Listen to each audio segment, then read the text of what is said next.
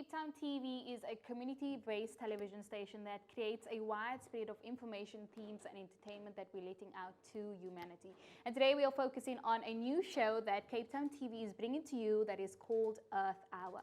Well, Eco Hour rather. An Eco Hour is an hour of curated eco content covering things from healthy planet, people and communities. And today we are joined by two lovely individuals who form part of the show. They go by the name of Jemima and Nokwe. Welcome to the show and thank you so much for being here. Thank you. Thank you.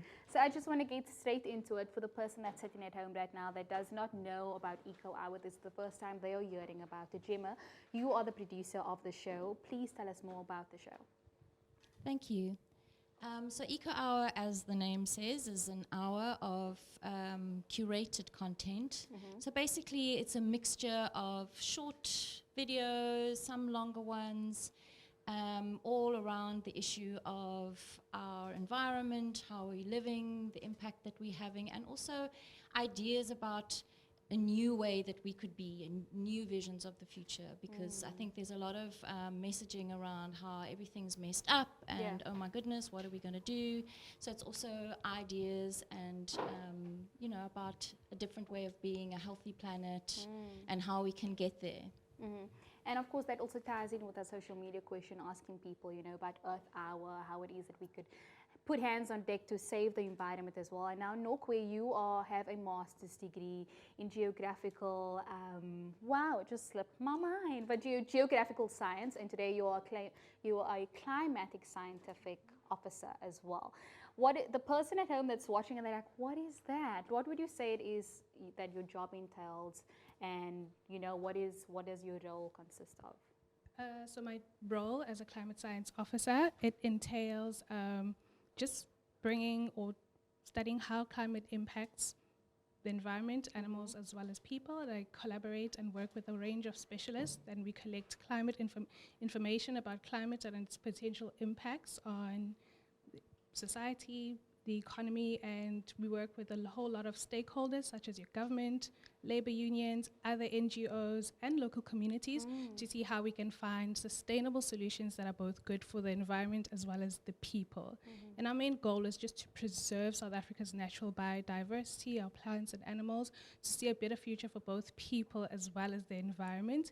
And we do that through our scientific knowledge, bringing that together with as well as our efforts in the various communities we work in, such as our fishing communities, grazing communities, to have and fight against this global crisis of climate change. So that's basically what it is. That was like a list of things you were saying. I'm trying to like collect everything all at once, but to give the people at home just a little bit more context, you were an intern first, and then you know you transitioned into your main role that you have today, and you also are part of the WWF for South Africa. What would you say you highlight as something that you've experienced along your journey that you will never forget? Oof, okay, my journey, I guess a few things. I've worked as a meteorological technician in the weather services, so actually collecting the weather data.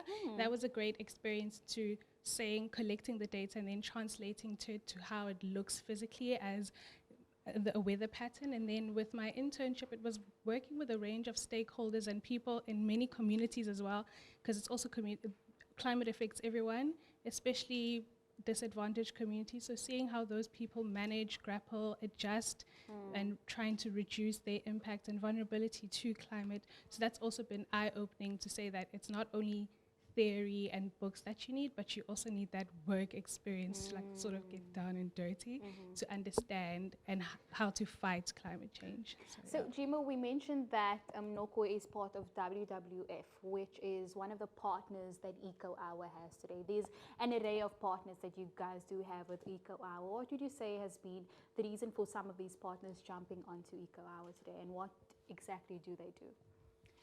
Well, there are so many different organizations that are doing really amazing work, and they also are producing videos and films around the work that they do. And there's also like a bunch of content creators who are making content around environmental and social issues.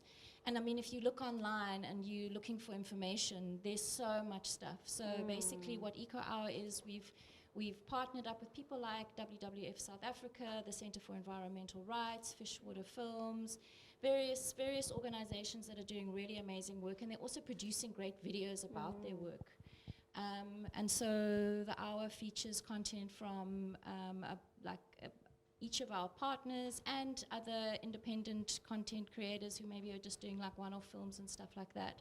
And there's a mix of content over the hour. So you'll have we've got a series called Let's Talk Regeneration, which is it's a discussion series where there's basically like a bunch of different questions, and then we're getting answers from people who are working in that area. What do they think about those different things? There's a lot of content around water. Water is like a really critical issue right now for all of us to be thinking about, especially in Cape Town. And there's content on energy, there's content on food, there's content on how we can look after our natural resources as communities. How can we uplift our communities? Because people and planet go together. We're not separate. We think about environment as something like that's over there, but we're made out of nature. We live in nature. Our city lives, like we actually are in like a giant wetland. Table Mountain is a national park, and it's right in the middle of our city, and we've got like access to it. There's wild creatures and species that live all around us. So what we're doing in our gardens can affect, that can become like a place for our endangered species to live. So it's like connecting the different aspects of nature and connecting it with our lives. I've just found some nice content out there that I think will really be enjoyable for people to watch and give them some ideas about what they could be doing. And you mentioned that, all this content that will be displayed on the show, but I think the people really want to know, tomorrow, it's been launched, it's coming to these screens, it's holding for an entire hour from 2 till 3. What can people expect for the first show? Well, the first show, we're just introducing the series of Let's Talk Regeneration. So there's a bit of an overview of like, what is the vision for our country and our planet that we could be working towards? If we're going to make a regenerative plan, a plan for how to live in a regenerative world, like here's a little bit of a taste of what that could be like. There's some content from WWF about water. And there's some stuff from Centre for Environmental Rights about the Cancel Coal campaign and the climate change bill. And that's actually connected with art, because we can be, as activists, we can make art. We can do, also, it doesn't have to be, science. Science and art can work together in order to raise awareness. There's a great piece from a series called Hotspot, which is looking at climate change specifically, called Green New ESCOM, which is like looking at alternate ways of energy.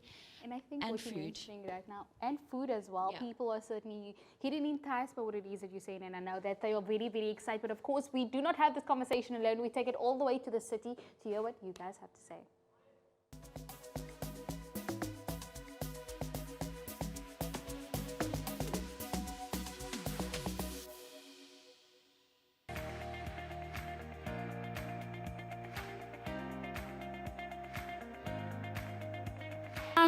I think we can shift to the renewable energy and also increase energy efficiency, and also maybe promote sustainable development or support those developments. Yeah.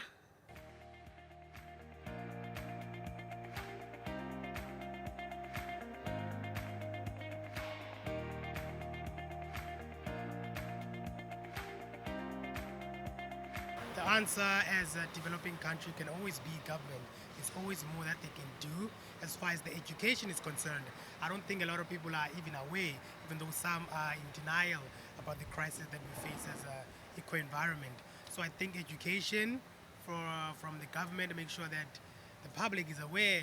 Even the little thing, campaigns, do more campaigns. Not only that, fund programs. There are a lot of organizations that are trying to combat this crisis. Fund those, establish a lot more, and maybe as individuals to try to take it a lot more seriously when the government is also doing and playing their part, because we currently are facing with a lot, like I said, informal settlements. Now we have to, you know what I mean? If the government meets us halfway, we shall do the same too.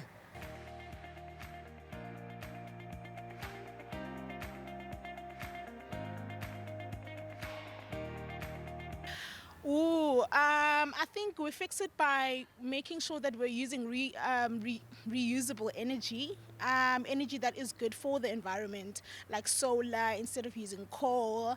And I know that it's a long way for us to get there, but I feel like if we just do those small steps, we'll be able to finish.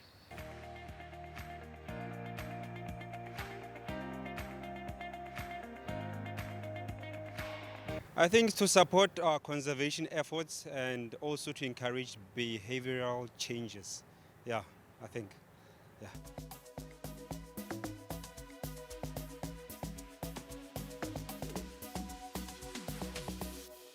Ah, man, it's always amazing to go out into the world and get to ask you guys what you think about the issues that we do get to face as a country. So please do make sure that you with social media platforms, that it's Excel Live across all platforms. Now, Sixelele, give us your opinions of how do you feel about it? What are we doing as humans, especially playing our role in saving the environment? But worry not, if you just tuned in now, yeah, we did pursue it, but don't worry, we still do have a part 2 of the Eco Hour. And also we do have an amazing artistic guitar player in the building. It is Martin Phillips. But I think now it's only right for us to go to Sisela Manzi. We'll be right back after this.